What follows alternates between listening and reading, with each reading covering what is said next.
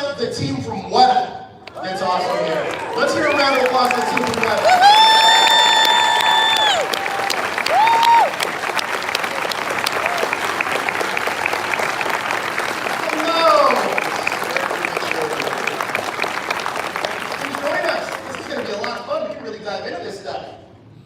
So, before we get started, I was just talking to you folks backstage, and some of these images that we're going to see haven't been seen really by the public, right?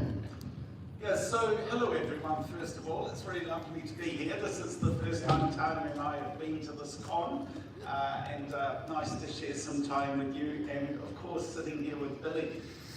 Tania, this is my wife Tania. As many of you may know, Tania and I, we've been in business for 38 years now, and during a huge amount of that time, Tania has been filming behind the scenes footage on Lord of the Rings, even though she was clocking 80 nowadays, doing her job in the workshop. She also was always on the video recorder and filmed a lot of stuff. And she has quietly kept that footage locked away in her archive. And but she thought that because we were coming to the 25th anniversary celebration at this con, she'd bring along some of that footage. Now, we actually don't know whether it's never been seen before because we've never watched 1 minute of the behind the scenes footage. Have you ever watched any of it? At the time, I haven't watched it since, but at the time I watched it. Okay, so we don't know whether it actually has been seen. So this might be something that no one has ever some seen. of it will definitely be stuff that no, but for you guys as a judgment, but no, some of it you will hopefully have never seen before, so that will be fun. As I've got my back to the screen, I will never have seen it before by the end of this. He still hasn't seen it. I'm going to start with you actually. I want to start with you actually, Billy, because there's this great quote. I actually said this in my last panel. This great quote from Federico Fellini, where he said, "The role starts when the actor's in the director's chair." For you, when does the role of Pippen start for you? When did it start? Well, I hadn't read the book. I had read The Hobbit when I was growing up. It was one of my favourite experiences growing up. Is I hung out with a lot of boys and we played football and stuff. We never really had read books together or anything, but one of the boys was reading The Hobbit and he told us all to read it. And we all read it at the same time, like these teenage boys, and we'd talk about it at night. So I had this lovely experience with The Hobbit. But then I didn't go on to read Lord of the Rings, and it wasn't until I was cast in the part and I was working in theatre in Edinburgh, and I was living in Glasgow, so it was an hour on the bus there and an hour back every day to go to the theatre, and I would read Lord of the Rings. But I knew that I was playing Pippin, so I basically read it as a book about Pippin. So that's when it started for me. Now, this was always for a lot of people, a lot of directors in Hollywood, it was an impossible movie to make. A lot of directors in the past had turned it down, and people just thought it could not be made. Peter Jackson comes along. You got to think about this for a second. Peter Jackson was a horror director at this point, and he had this vision in his head to shoot in New Zealand and to make the world that these books kind of brought to life, right? For the two of you, I feel like Lord of the Rings is quite a daunting challenge for any production company, any prop house, whatever it may be. So when you guys take on a challenge like Lord of the Rings, where do you guys even begin? Well, we hadn't ever taken on a challenge at that point of the scale of Lord of the Rings. We've been working on Hercules and Cedar up until that point.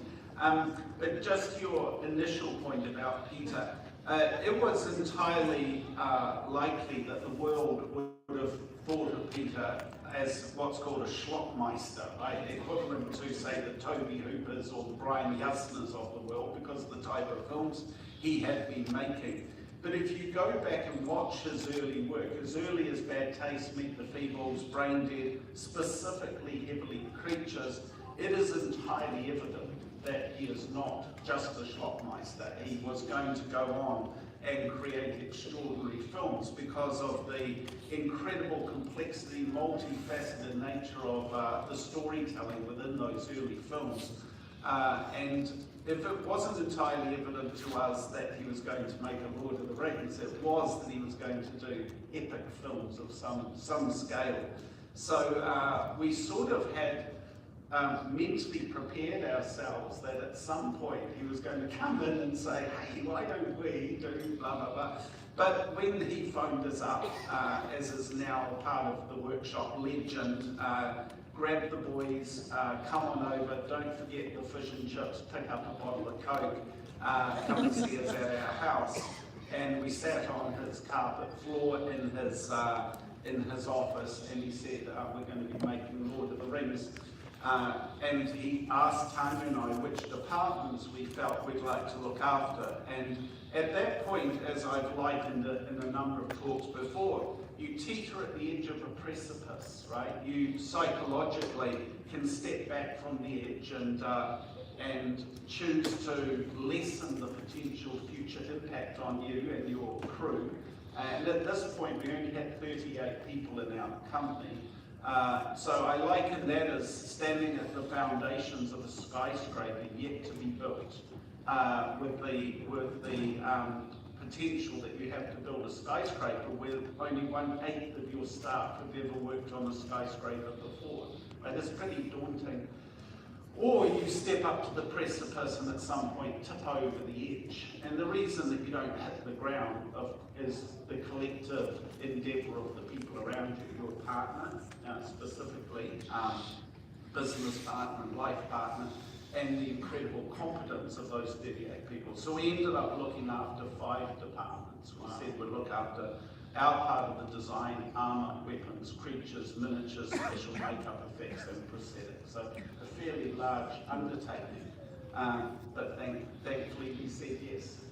Yes, absolutely. Listen, it's one of those film trilogies that still stands the test of time. It's also, if I'm not mistaken, one of the last blockbuster big tentpole films to win an Oscar.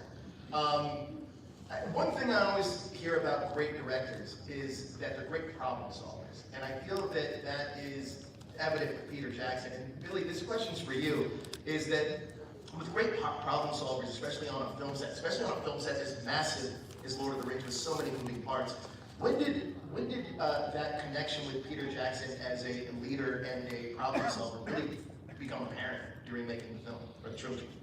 I think because everyone had worked together, Richard and Tania and Peter and all sorts, that there was already a sort of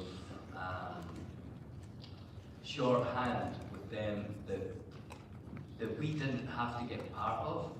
Like, everything that comes out of WETA is as good as anything can be. Yes. And as soon as we went there, I never had a doubt for anything at WETA. You know, I loved going to the WETA and their sort of workshop and watching things getting made and all. It was great. It's just a great place full of great artists. And I think the thing with Peter and being a great leader, you could see it on set. He'd be sitting with it in front of the TV, you know, watching you do a scene, but there'd be a line of 12 people with a shield and a jug and a cloak, and he had to say yes or no, change that, change it, and he would do it so fast. There was no, like, if it was me, I'd go, oh, wait till after lunch and I'll think about it. He's just making these decisions. Make that handle bigger, yeah, those 2 swords, that one. It was, I think that was a huge thing for getting the movie made, with that sort of being able to make decisions really quickly. I've never known him to falter in a decision to be made. He may consider multiple options, but when the decision is required, I've never seen him falter in that decision. The level of conviction that he brings to it. And I've said in the past, if Peter had been born in a different century, he could have been a great war general. Yes. He is a great strategist, above all else if I think about all of his attributes, and there are significant ones, and every director has a unique set of attributes. I see that his is his ability to strategize, because remember, he's the writer, the director, but also the producer. And as a producer, it requires incredible strategy to figure out how to actually do it day by day, month by month, and in this case, year by year by year, over 7 years. And that is exemplary and something that you don't often see in people that you work with to that depth. Right. It's so crazy you brought up him being a general, because I almost think he is like a film general in a lot of ways, because of the way he does strategize and plot things. Yeah, his favourite game is Risk, or it used to be. We used to go and play Risk against him. It's a game you could never win. Really? And I would be on the same team. You would never play with us. No. He said it would just be too easy. We used to ask him all the time, play Risk, and he'd, no. It would be no fun. I wanted to ask about this, Billy, because you guys have spent so much time together making the course of this trilogy, and obviously the bonds. I can assume that the bonds strengthened so strong over that time. What did you guys do to blow off steam when you guys weren't working? Was it playing things like board games and Risk and getting together and going to the pubs and doing that stuff? I mean, it was over such a long time that there was definitely chunks when it would have been video games. Yeah. And then surfing became a big thing. Surfing? Yeah. We started with me and Orlando went and bought surfboards one day in Wellington and went to the little local spot at Lyle Bay, and everybody sort of bought into that, and we all did that. Still surf? I do still surf. Nice. Yeah. I think it's quite well known now that we took up Vigo once for his first surfing, and he got hit in the face with the board, and his eye went completely red, didn't it? Oh, insurance company was probably so mad. So if you watch The Mines of Moria, he is only shot from one side. And actually, I'd broken my pinky, and the magicians of WETA made me, because the doctor said I had to wear this splint or I'd always have a bent finger. I broke it surfing. I went in the hole at the back of the surfboard, and then a wave came and it broke my finger. And I said, well, the splint was like really medical looking, you know. And the magicians of WETA made me a pinky one.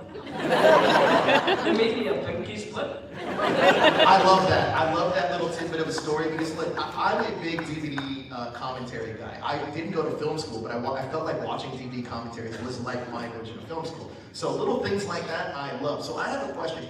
He had a pinky splint. Were there any other like little things like that that you guys had to cover up, or little things that people wouldn't know about that are hidden in the films? Well, you all know that obviously that Christopher Lee sadly broke his fingers in the first day before he actually went on set. I think it was the first day. He fell during in his hotel room, and so that became a real challenge, because it was, I think it was these two things, if I recall correctly. I was just thinking, if only Thomas had been playing Schmiegel, we wouldn't have had to cover up his red eye, right? It could have just been part of the prosthetic. But no, I can't recall people injured themselves and then you're trying to cover for the injuries. Obviously there's a very intense and very brutal level of combat in the movie, and the stunt team were extraordinary. We're trying to protect the actors as much as possible, but at some point you're in the melee of that ferocious level of fighting. We have people on set that their sole job is to watch the edges of the blades, right? They're spotters, they handle the swords. But the fighting swords are made in aluminum, as you may know. We call it aluminium in New Zealand. And the primary risk is if the swords clash together, they may get a burr lifted on the edge of the aluminium. And if that burr then drags across the actor's arm or face, where normally it would just leave a smudge of aluminum, and if there's a burr, it will actually raise the flesh, and then you've got a problem because you've got a scar that you're trying to cover. So this person constantly watches the edges of the blade, and they can actually step in and request that the blade is removed, to have the fur removed, to then put it back into the field of play. Otherwise, it can cause horrendous problems later on if an injury is incurred. So that's something, a little tidbit that my people may not actually know, and a very, very important job. Is the images playing, by the way, everyone? Yeah. Okay. Have any of them you not seen before? Have you guys seen these images before? No. Oh, look at that. Okay, well, they're all Tania's footage, and she very proudly found them the other day and was very keen to get them here. I actually used to,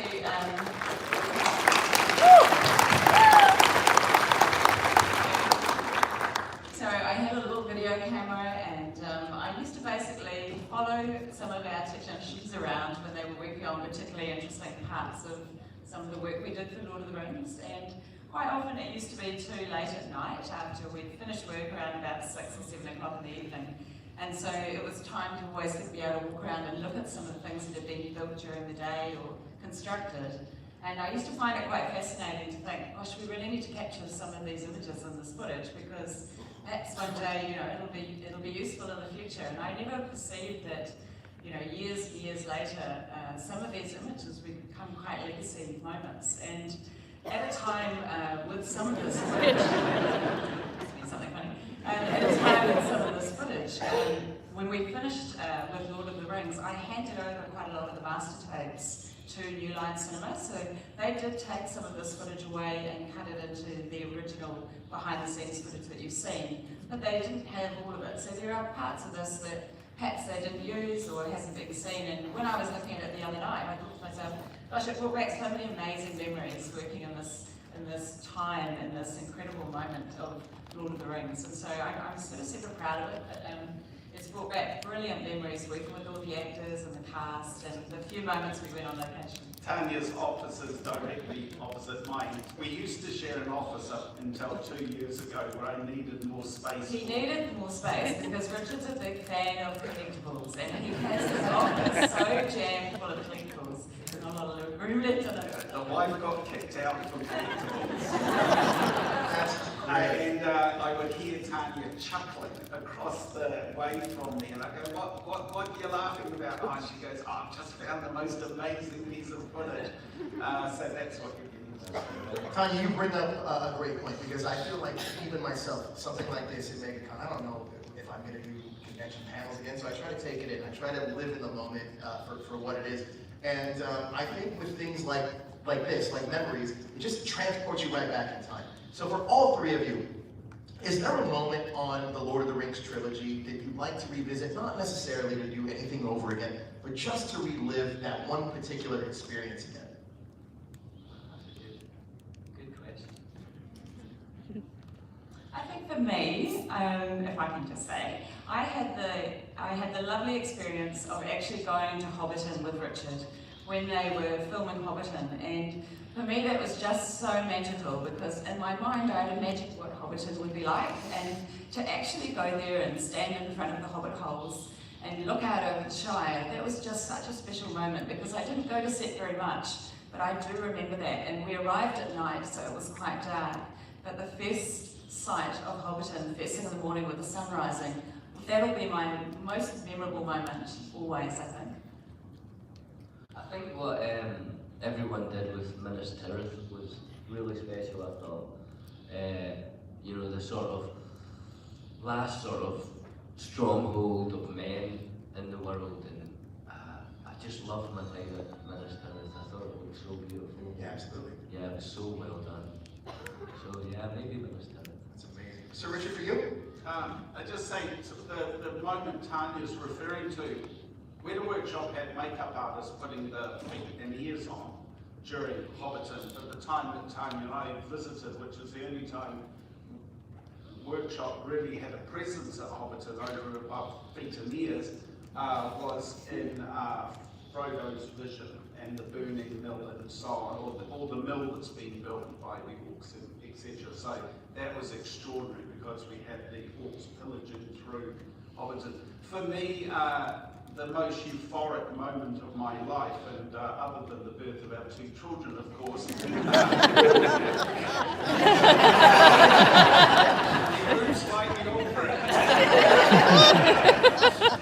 Was the premiere that was held in Wellington and walking the red carpet.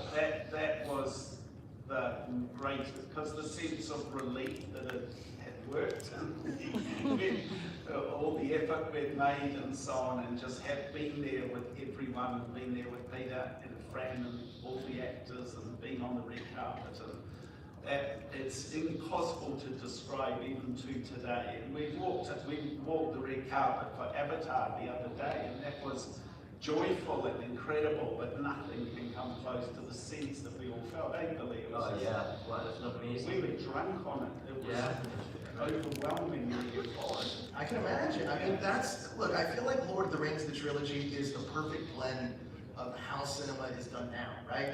It's practical, there's CG involved, but it's this blending together of all these artists coming together and making damn near a perfect trilogy. And it's quite impressive to me how that's done. But for you guys at WETA, Tania, Richard, what was the hardest part, or what was the hardest build for you guys to get corrected?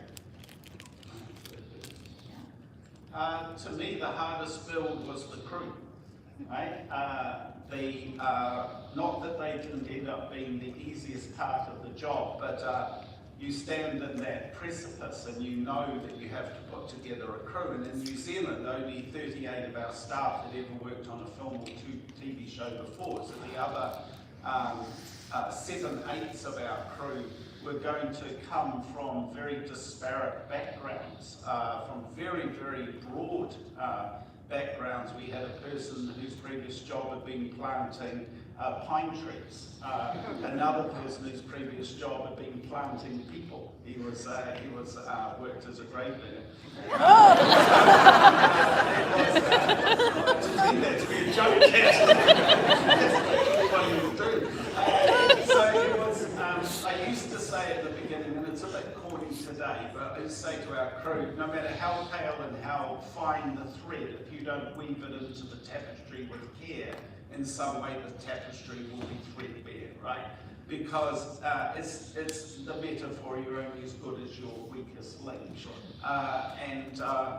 It meant that everyone had to step up to a level of capability. So the first 1.5 to 2 years was just a massive training camp to try and get everyone up to the level that was required. And we didn't really understand that level ourselves, but we knew that we had to become very skillful at a series of tasks if we were to pull this off. And we never imagined that we'd be sitting 25 years later with a group in a room like this, but we certainly understood that exactly people like yourselves, who are predominantly aficionados of the literature, would hold us to task if we did not deliver at that level. So that's the level that we consciously had in our minds that we had to hit.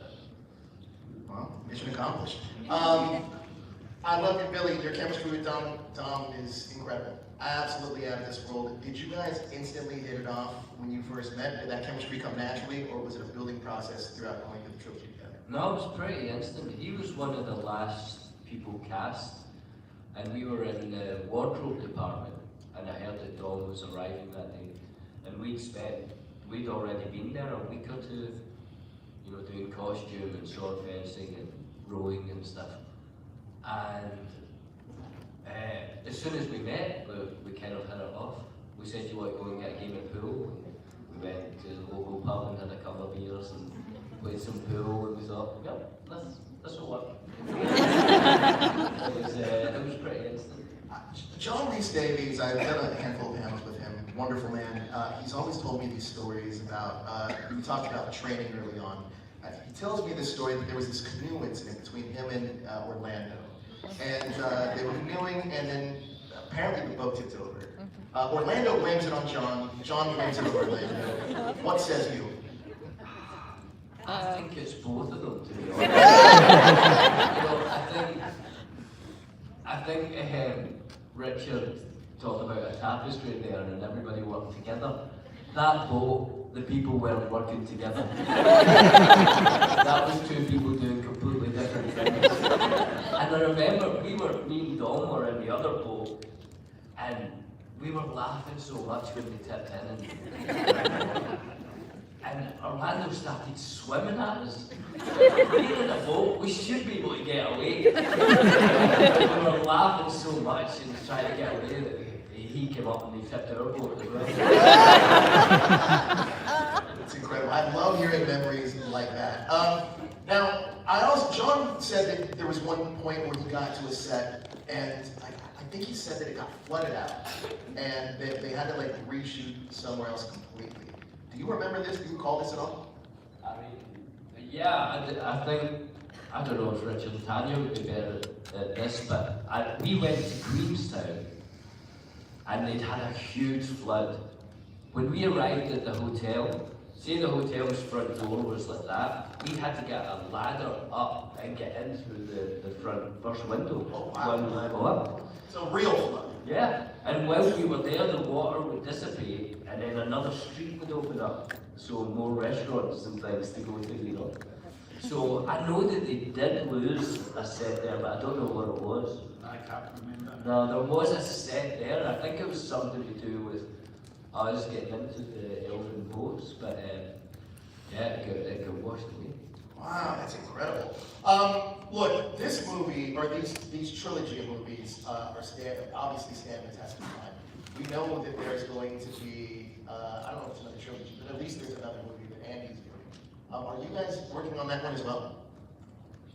I'm sure you can't talk too much about it, right? I'm just curious if you guys are working on it. Stay curious. Well, what are you hoping to see from his vision of Lord of the Rings? That's for all of you. And obviously, this is an opinion-based question, not like a, hey, what's going to happen type of question. Well, Andy is an extraordinary actor, director, visionary himself, and so I'm sure that we will see his wonderful and rich take on a piece of Tolkien lore that deserves to be told, and we look forward to being a member of the audience and hopefully a member of the crew. So, yeah. Love hearing that. Love hearing that. Billy, for you, we just talked about this hilarious moment of tipping canoes. But when you go back in time and think about your time on set, what is something that you still think of that brings a smile on your face?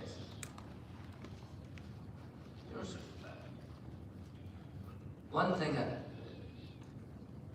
was actually quite touched by your thing about the tapestry, because I think that's very true, and I think that's what made, I'm thinking about it as we were talking now, but that's what made it work, was all these people doing 100% so that like it all works into this bigger thing than it should be.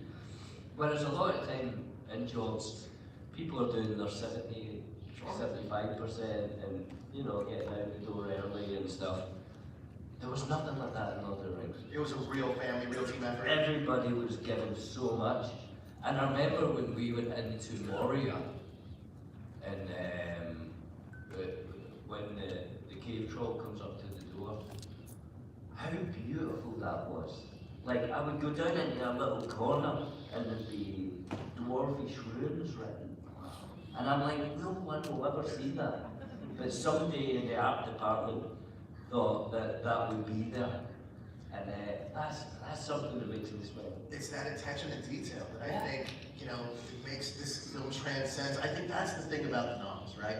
Sometimes with adaptations, it's hard to really get across the material in such a way, but I feel like Lord of the Rings is so dense and so rich and so detail-oriented that it puts you right in the world. For you guys, I don't know if you guys heard this quote from Peter Jackson. He said that I read that he liked the theatrical releases more than the extended versions. I read this that he liked those versions more, but he knew that there was a market for the extended versions because the fans consumed it. For you guys, me personally, I'm an extended versions fan. I love seeing the characters fleshed out a little bit more. For you guys, what is your definitive version of Lord of the Rings? The extended versions or the theatrical cuts? I'm going to ask if I can please answer a different question that Billy has brought up Yeah. to the art department, Yeah. doing the graffiti. The dwarven graffiti. Lord of the Rings demanded something of us, art department, costume department, props department, arguably the lighting, more than any other thing, and that was the sense of a plausible ecology. Right? Tolkien wrote a plausible ecology, and he didn't write a high fantasy that sits. If you draw a line between documentary and Krull, I think would be a good one. Maybe someone can think of a better film than Krull at the far end of high fantasy. So, or let's say Dark Crystal might be a great example of high fantasy. Where does Lord of the Rings? And we try and do this with any movie we work on, and if we can't get a director to identify for us quickly where they see their movie sitting, we'll ask them to put it on this line. And Lord of the Rings, some may argue, but surely it's high fantasy. You've got Balrogs and Felbeast. But the Felbeast has a wingspan of a scale that could lift a creature of that size into the air. So it has a plausible ecology, even though it may be high fantasy. But if you look at all the architecture sits in a plausible ecological architectural structure similar to what was possible during the medieval era. All things may be more difficult to rationalise, but at the end of the day, it's an obsidian tower made from the washing away of erosion that left a piece of lava that was then carved into what you see Saruman living in, right? So this sense of plausible ecology became really, really critical to us. That term was never used at the time. The way Peter put it was, imagine flying to the Middle Earth airport and getting off the aeroplane and everything you would see, just like you would take an aeroplane to Rome or Spain, or would be as plausible as the history of our own country. So that became an incredibly important thing, and right down to the little bits of carving and graffiti that you see on the set that the camera may never see. If it wasn't there, the audience would know that it wasn't plausible.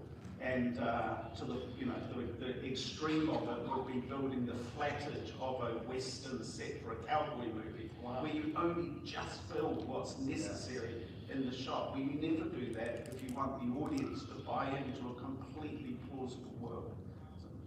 Wow, that's impressive. That's crazy. Wow. So with all of that, I have to ask you guys, because you guys spent a lot of time on this trilogy. What did you learn about yourself through the process of making these films? Why do you answer that? It was a long time, 7 years, literally living inside Middle Earth. Every day we would go to work, we would open the door of the workshop and literally step into Middle Earth. And that's how I felt when I went to work each day. And as we got closer and closer to actually taking our product onto set, the workshop got more and more and more crowded with orcs and Iroquois and Rohan and armour and weapons and prosthetics, and it literally became there were corridors that you had to walk through to get from door to door through the workshop. I don't remember any other time it being this crowded for us. So what I sort of took from all of this was you had to have quite a lot of resilience first, because our workshop changed and morphed its shape over all of these years to cater for the fact we had so much product building up and then going on to set. And I think our team, what I learned about myself is to have patience with our crew, have patience with our team, realise that sometimes plans would change and everything would have to change immediately. And so we were sending containers down to the South Island full of product, and then immediately there'd be some change and it would have to go up to the North Island, and suddenly we were doing some filming miles away than we were expected. So I think I developed a lot of resilience in those years, and a lot of patience, and just understanding that you had to be adaptable, you had to change to your circumstances, and you had to sort of look inside yourself and find a real, I guess, a passion for what you do. And I think I've always had that passion, it's always been there, but these films, that taught me how to become more passionate about the things that I love and the things that I like doing. We've got some of our crew just sitting down here. Hello, everyone. I live in this sort of state of euphoric, giddy optimism, right? And much to the chagrin of my poor wife sometimes, and our kids. But that was, I found out that was the highest benefit to me. I'm a very passive individual. I don't raise my voice in the workshop, try never to get angry about things, and I learned that where my parents had presumed that would be my Achilles heel, the kryptonite to my career, that was not to be the case. My passiveness, my giddy optimism about things proved to be a blessing and arguably one of my superpowers, because I could roll with the punches, deal with the extreme pressure that we were under most of the time, and deal with the fractious realities of some of the situations that we were in. Billy, for you playing Pippen, what did you learn about yourself? Funny, probably the same thing, that you when you feel like you don't have any more energy, you actually do. You can, the days were long, and putting on those hobbit feet every day was hard. But yeah, some days you were really tired, but you can always find that extra little bit of energy, when everyone else is trying hard. Absolutely, it just feed off of each other, right? Now, if Billy Boyd was to visit Middle Earth as Billy Boyd, just as a visitor, where are you going first? Need to be Hobbiton. Yeah. Have a walk through Hobbiton and go to the Green Dragon. Yeah. Fantastic day out. Be the best. How about you guys? If you were to visit real Middle Earth, where are you going first? I definitely would love to live in Rivendell. I would love to be an elf.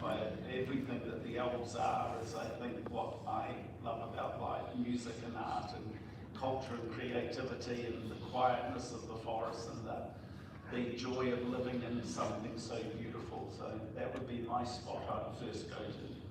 Well, I think if he's going to Rivendell, then I think I need to go.